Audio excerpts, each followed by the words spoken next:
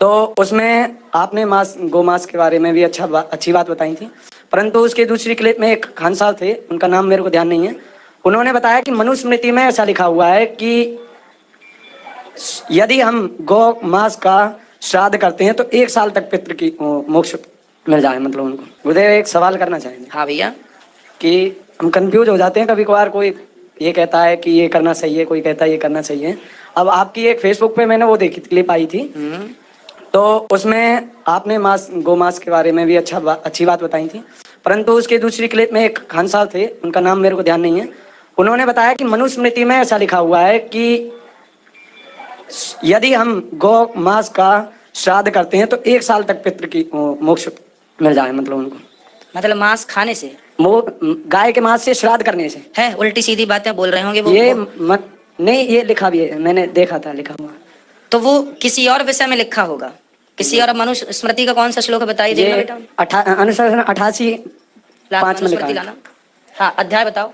अध्याय ये है मनुस्मृति है। अध्याय 5 श्लोक 31। अध्याय 5 जी। द्वितीय अध्याय, तृतीय अध्याय, तृतीय अध्याय, चतुर्थ अध्याय, चतुर्थ अध्याय, पंचम अध्याय। हाँ जी जी। अध्याय नंबर, श्लोक नंबर 31। अभी देख लेते हैं। राजा रतिदेव है जी कोई, अभी देख लेते हैं। 31। हाँ, यज्ञाय, ये श्लोक 31 नंबर में। इसका अर्थ है यज्ञ के लिए मांस का भोजन, ऐसा यह देवताओं का विधान है जी।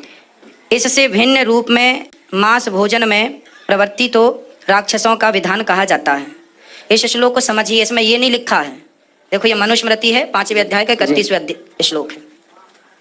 इसमें लिखा है कि यज्ञ के लिए मांस का भोजन, ऐसा यह देवताओं का विधान है जी। ऐसा ही ये बात भागवत जी में भी लिखी है। सुनो, प्राचीन बरही का प्रसंग आप पढ़िएगा, 5म स्कंध। प्राचीन बरही नाम के एक राजा थे, वो यज्ञ करते थे, यज्ञ में पशुओं की बलि चढ़ाते थे। ठीक है, तो वहां पर नारद जी आए और नारद जी ने कहा कि ये तुम क्या कर रहे हो, पशुओं की बलि क्यों चढ़ा रहे हो? तो नारद जी ने रोका। उन्होंने कहा ना जी, ये तो देखो मनुस्मृति में लिखा है। नारद जी ने कहा वह निवृत्ति के लिए लिखा है। हमें गलतफहमी है अक्सर कि हिंदू धर्म में वेजिटेबल खाना हराम है। मैं अभी कह चुका हूँ, Manusmriti chapter number 5 verse number 30 में, चैप्टर नंबर 5 वर्स नंबर 30 में कहा गया मनुस्मृति में कि खुदा ने कुछ जानवर बनाए खाने के लिए और कुछ खुराक बनने के लिए। अगर खुराक बनने वाले जानवर खाने वाले जानवर के जरिए, तो ये गुनाह नहीं है। आगे लिखा है Manusmriti chapter number 5 shloka number 30 में कि अगर आप खाने वाले जानवर खाते हैं तो गुनाह नहीं है। मनुस्मृति चैप्टर नंबर 5 वर्ष नंबर 40 में कहा गया है कि कुछ जानवर कुर्बानी के लिए बनाए गए। अगर आप कुर्बानी के जानवर का कत्ल करते हैं तो गुनाह नहीं है। अगर आप पढ़ेंगे महाभारत अनुशासन पर्व चैप्टर नंबर 88 में, उसके अंदर युधिष्ठिर, पांडव के बड़े भाई, वो बीच में से पूछते हैं कि हमारे जो पुरखे एंसेस्टर्स जो मर गए, उनको सुकून पहुंचाने के लिए हम यज्ञ में, पूजा में क्या दे? तो भीष्म कहता है अगर आप भाजी पाला देंगे तो हमारे बाप दादा 1 महीने के लिए संतुष्ट रहेंगे। अगर आप मछली देंगे 2 महीना, अगर गोश्त देंगे 3 महीना, अगर आप रैबिट खरगोश देंगे 4 महीना, अगर बकरी देंगे तो 5 महीना, अगर आप सुअर देंगे 6 महीना, अगर आप परिंदे देंगे 7 महीना, अगर डियर देंगे, हिरन 8 महीना। और ये पूरा मेन्यू है, लंबा मेन्यू है। अगर आप बफेलो देंगे, बफेलो, तो 11 महीना। अगर आप गाय ज़बह करेंगे 1 साल तक आपके दादा परदादा संतुष्ट रहेंगे। 1 साल।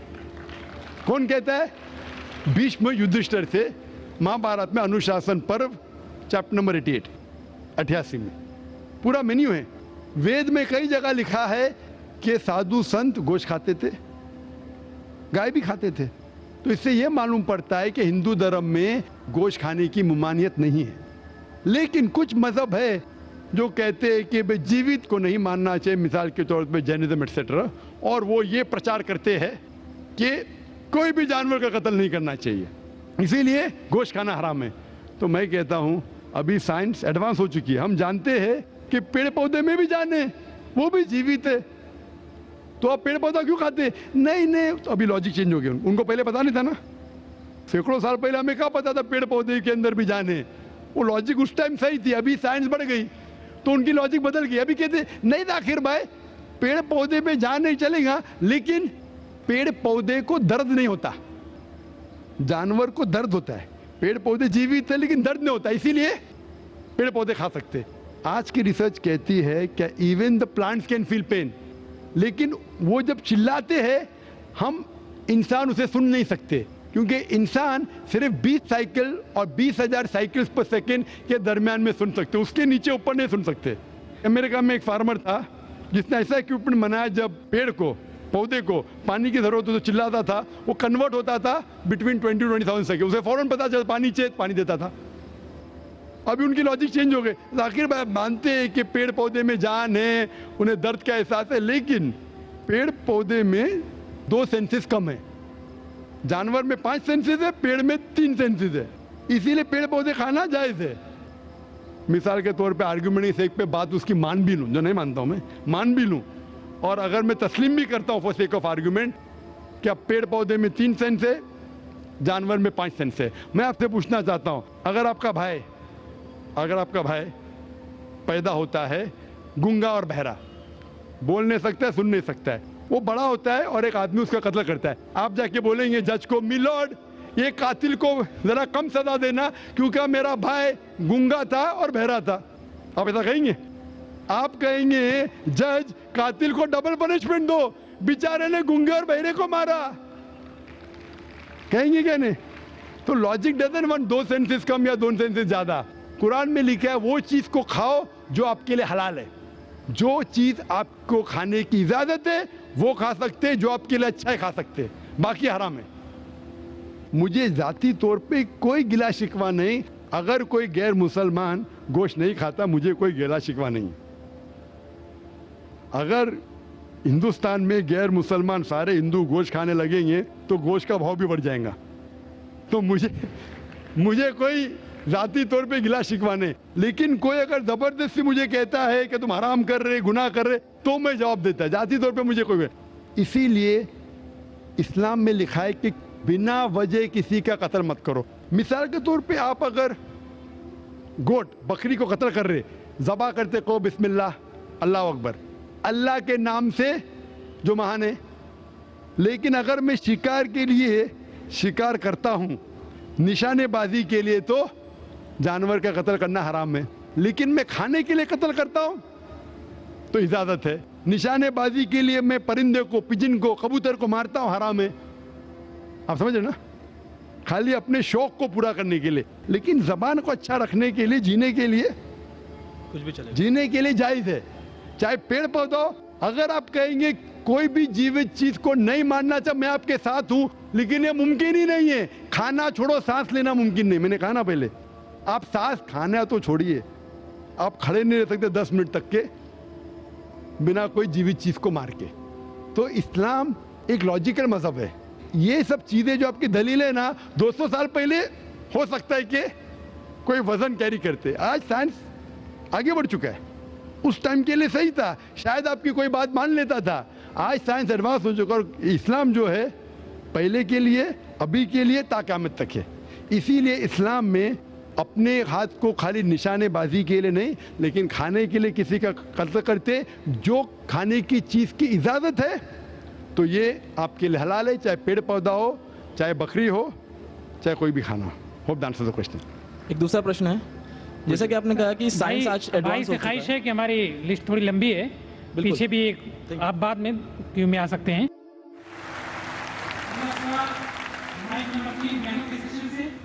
उससे पहले मैं एक बात कहना चाहूँगा कि अपने सवाल मुख्तसर अंदाज में रखें, प्रश्न करना हो तो संक्षेप में करें, बहनों के सेक्शन से। My name is Deepa. I'm a student. My question is, who wrote the Quran and Bible? Who is the author? And please explain. बहन एक अच्छा सवाल पूछा है कि who is the author of the Quran, who is the author of the Bible. Quran को किसने लिखा, बाइबल को किसने लिखा? कुरान मजीद में लिखा है कि अल्लाह सुब्हाना व तआला ने कई वही और किताबें नाजिल की। नाम से सिर्फ 4 का जिक्र है, वो है तौरा, ज़बूर, इंजील और कुरान। तौरा वो वही है जो अल्लाह सुब्हाना व तआला खुदा ने मूसा अलैहिस्सलाम पे नाजिल की। ज़बूर वो वही है, वो किताब है जो खुदा ने दाऊद अलैहिस्सलाम पे नाजिल की। इंजील वो किताब है, वो वही है जो अल्लाह सुब्हाना व तआला खुदा ने ईसा अलैहिस्सलाम, Jesus Christ peace be upon him पे नाजिल की। और कुरान खुदा अल्लाह की आखिरी किताब है जो आखिरी नबी मोहम्मद सल्लल्लाहु अलैहि वसल्लम पे नाजिल की। ये 4 किताबों का जिक्र कुरान मजीद में नाम से आता है। उसके अलावा अल्लाह ताला फरमाते सूरह राद में सूरह नंबर 13 आयत नंबर 38 में कि अल्लाह सुब्हाना व तआला ने हर दौर में एक किताब नाजिल की, लेकिन नाम से सिर्फ 4 है। तो कुरान मजीद का author is God, the author of Quran is God. और इसके ऊपर मैं तकरीर की थी पहले पीस कॉन्फ्रेंस में, is the Quran God's word, सबसे पहला कॉन्फ्रेंस। तो इस कुरान का लेखक, ऑथर खुदा है, अल्लाह है। और जैसे मैंने कहा कि 4 आसमानी किताब, 4 वही का जिक्र आता है, तौरा, ज़बूर, इंजील और कुरान। जहाँ तक कि बाइबल का सवाल है, बाइबल जो है आज जो क्रिश्चियन लोग पढ़ते हैं, क्रिश्चियन स्कॉलर्स के हिसाब से उसके अंदर मिलावट है, उसमें कॉन्कॉक्शन है, फैब्रिकेशन है, इंटरपोलेशन है। इसीलिए वो इंजील जो अल्लाह सुब्हाना व तआला ने ईसा अलैहिस्सलाम पे नाजिल किया था, वो ये बाइबल नहीं है। उसमें हो सकता है कि चंद अल्फाज उस बाइबल में महफूज है, लेकिन पूरे तौर पे ये बाइबल हम नहीं कह सकते कि खुदा का कलाम है या अल्लाह का कलाम है। इसमें मिलावट है। हो सकता है कि कुछ अल्लाह के कलमात हो, इसके अंदर खुदा के कलमात के अलावा ईसा अलैहिस्सलाम ने खुद जो कहा वो भी है, जो हिस्टोरियन ने कहा वो भी है। इसमें कितनी गलत चीज़ लिखी गई है। अगर आप बाइबल को गौर से पढ़ेंगे तो कई वर्सेस, कई चैप्टर, मुझे बुरा लगता है कहने के लिए, पोर्नोग्राफी में शामिल होंगे। तो मैं ये नहीं कह सकता हूं कि ये पोर्नोग्राफी का पोर्शन खुदा ने नाजिल किया। इसीलिए बाइबल महफूज नहीं है। हम ईमान लाते हैं कि जो वही अल्लाह ने ईसा अलैहिस्सलाम पे नाजिल की इंजील, उसे हम मानते खुदा का कलाम। लेकिन ये बाइबल जो आज उनके पास है वो खुदा का कलाम नहीं, मिक्सचर है। लेकिन क्योंकि कुरान आखिरी कलाम है अल्लाह का और हम उसे कहते फुरकान, फ़र्क हक और बातिल के दरमियान जानने के लिए जो चीज़ बाइबल में लिखी है, जो कुरान से मिलती है, हमें कोई एतराज़ नहीं मानने के लिए कि वो पोर्शन, वो चीज़ बाइबल का हो सकता है कि अल्लाह का कलाम है, लेकिन बाकी चीज़ हम बिल्कुल नहीं कह सकते कि अल्लाह का कलाम है। It is a mixture. Hope that answers the question. नमस्कार, मेरा नाम निखिल ओखदे है और मैं सॉफ्टवेयर इंजीनियर हूँ। आज हम जिस चीज़ के लिए यहाँ पे जमा हुए हैं उसका टॉपिक यूनिवर्सल ब्रदरहुड है, पर मुझे कहीं ना कहीं ऐसा लगा कि हम इंसानों तक सीमित रह गए। मेरा ऐसा कहना है कि हम इंसानों में कुछ इंसान ऐसे भी हैं जिनकी कुछ फीलिंग्स या जिनको जानवरों के बारे में भी थोड़ी फीलिंग्स हैं, और अगर आप उन्हें हर्ट करते हैं तो ये उस इंसान के रिलीजन के प्रति जाना है। तो मेरा ये मानना है कि भगवान कुछ नहीं है, सिर्फ एक यूनिवर्सल ब्रदरहुड का माध्यम है ताकि एक भगवान को हम पूजें या इबादत करें और इसके थ्रू हम यूनाइट हो जाएं। तो मेरा सवाल ये है कि हम हमेशा भगवान को इस तरह तोलते हैं कि उसे इंसान की तरह फीलिंग्स हैं, वो हमें सज़ा देता है, हमें रिवॉर्ड करता है, पर हमारे अलावा इस यूनिवर्स में, मैं उस वर्ड पे स्ट्रेस करूँगा, यूनिवर्स में जानवर भी हैं जिनका काम इस भगवान के बिना चल रहा है, जिनमें कोई फीलिंग्स नहीं है, ना वो कुरान पढ़ते हैं ना बाइबल पढ़ते हैं। वो भी जीवित हैं, हम भी जीवित हैं। हमें एक गुमान हो गया है कि हम थोड़े स्मार्ट हैं, पर वो भी इस सृष्टि का हिस्सा हैं। तो इस यूनिवर्सल ब्रदरहुड में उनके प्रति हमारी भावनाएं के बारे में कुछ जिक्र, और मैं जानना चाहूँगा कि क्या पैंथीज़म इसका एक सॉल्यूशन नहीं है, क्योंकि इसमें हम किसी एक इंडिविजुअल को वर्शिप नहीं करते। जैसा कि जुडाइज़म में कहा गया कि I am a jealous God, और एक जेलस एक ऐसा इमोशन नहीं है जिसे हम पूज सकें मेरे हिसाब से। पर अगर हम पैंथीज़म को एक सोल्यूशन माने तो ये एक ऐसी चीज़ है जो हमेशा रही है। पेड़ हमेशा रहे हैं, ये यूनिवर्स हमेशा रहा है, और जबकि धारणाएं, डेफिनेशंस भगवान की हमेशा बदलती रही हैं। तो अगर हम गॉड को कांस्टेंट के रूप में देखना चाहते हैं और इसे एक माध्यम बनाना चाहते हैं आपसी भाईचारे का, आलमी भाईचारे का, तो क्या पैंथीज़म इसका एक सोल्यूशन नहीं है? भाई साहब ने सवाल पूछा कि यूनिवर्सल ब्रदरहुड हम सिर्फ इंसानों तक महदूद रह गए हैं, क्या जानवर में जान नहीं है? और ये भगवान को हमने खुद बनाया ताकि आलमी भाईचारा रहे, लेकिन क्या पैंथीज़म इसका सल्यूशन नहीं है कि भगवान को हम दूसरे रूप में देखें? भाई साहब का अच्छा सवाल है। सवाल के दो हिस्से हैं। पहला एक हिस्सा है कि यूनिवर्सल ब्रदरहुड सिर्फ महदूद इंसानों तक क्यों, जानवर पेड़ पौधों को क्यों नहीं लिया गया? दूसरा सवाल, क्या पैंथीज़म इसका सल्यूशन नहीं है? पहले सवाल का जवाब कि यूनिवर्सल ब्रदरहुड, आलमी भाईचारा के अंदर हम बाकी जीवित चीज़ों को क्यों नहीं लेते? अगर लेंगे तो जीना ही मुमकिन नहीं है। अगर हम लेंगे बाकी जीवित चीज़ों को, हम आलमी भाईचारे में लेंगे, तो आपको यहाँ खड़े रहना भी मुमकिन नहीं है 5 मिनट तक के। क्यों मैं बोलूँगा? क्योंकि मैं डॉक्टर हूँ। भाईचारा का एक उसूल है कि दूसरे भाई का कत्ल मत करो, उसूल है क्या नहीं?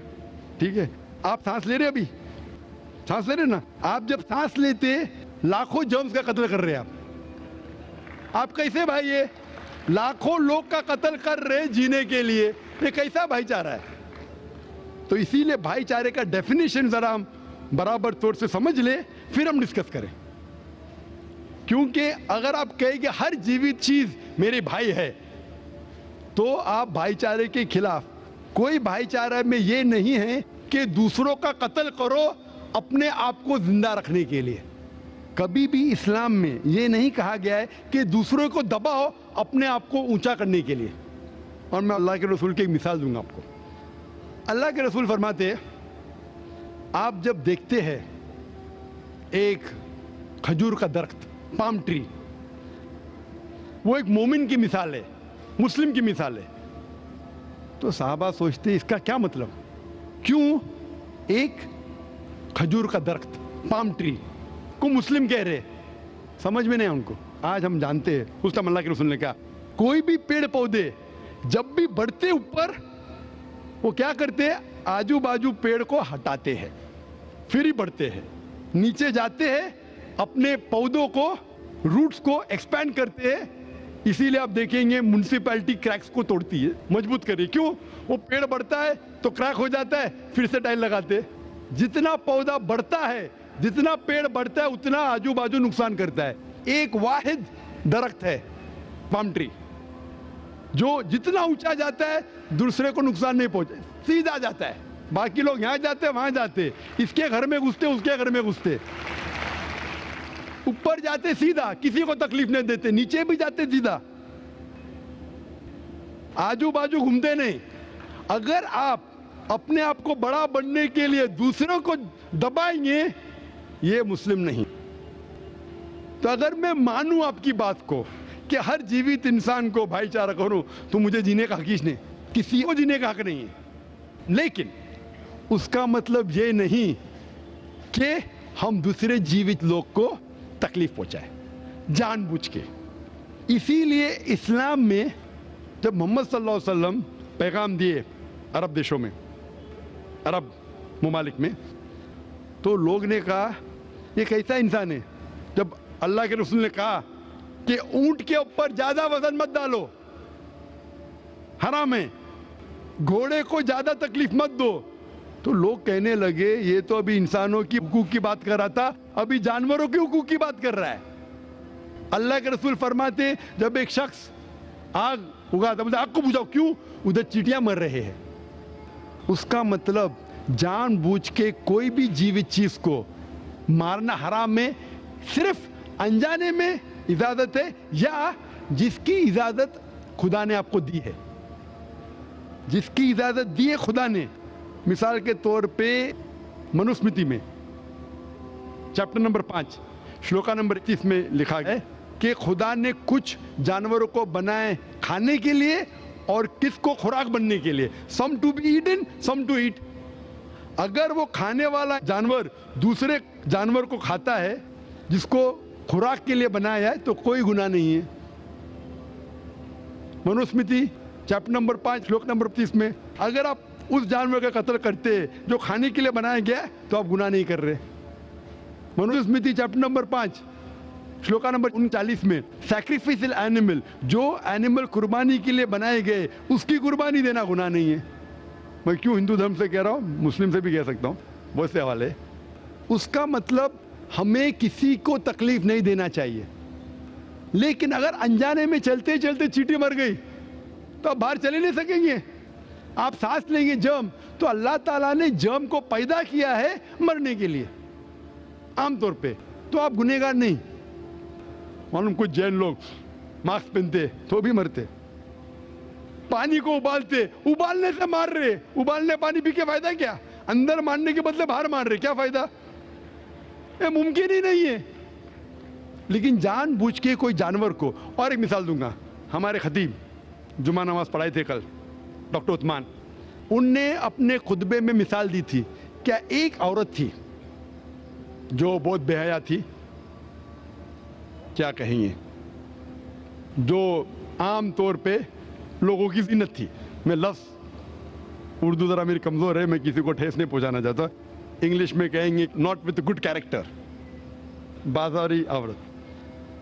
ज़रा मैं ऐसे लफ्ज़ इस्तेमाल करना चाहता हूँ किसी को चोट पहुँचे, तो बाजारी औरत थी जो बहुत गुनाह करती थी, लेकिन एक वक्त एक कुत्ते को पानी पिलाया तो अल्लाह के रसूल फरमाते सिर्फ वो एक अच्छे अमल के वजह से खुदा ने उसे जन्नत में डाला। बाजारी औरत गलत काम करती है, जिना करती है, एक अमल क्या की, एक कुत्ते को पानी दी, इंसान को नहीं कुत्ते को, और अल्लाह उसे जन्नत में डालता है। दूसरी तरफ एक अच्छी औरत, नेक औरत, लेकिन एक बिल्ली को बंद करती है, चेन करके रखती है, उसकी आज़ादी को कैद करती है, अल्लाह ताला उसको जहन्नम में डालता है, नरक में डालता है। इसे कहते हैं जानवरों के हुकूक, मतलब जानवरों के भी हुकूक इस्लाम में हैं।